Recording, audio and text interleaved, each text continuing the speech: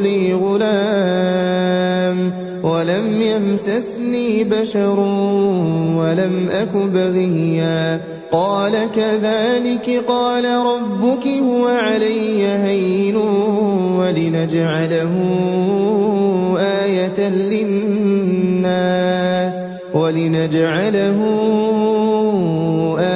للناس ورحمة منا وكان أمرا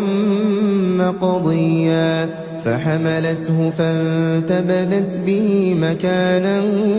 قصيا فأجاءها المخاض إلى جذع النخلة قالت يا ليتني مت قبل هذا وكنت نسيا منسيا فناداها من تحتها ألا تحزني قد جعل ربك تحتك سريا وهزي إليك بجذع النخلة تساقط عليك رطبا جنيا فكلي واشربي وقري عينا فإما ترين من البشر أحدا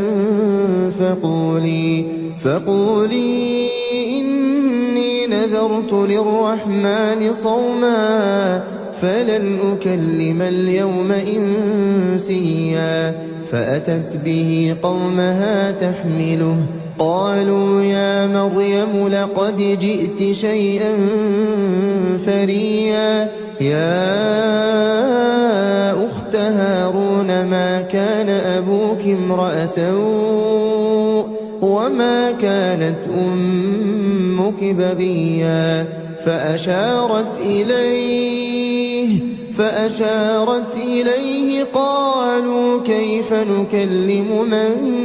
كان في المهد صبيا قال إني عبد الله آتاني الكتاب وجعلني نبيا وجعلني مباركا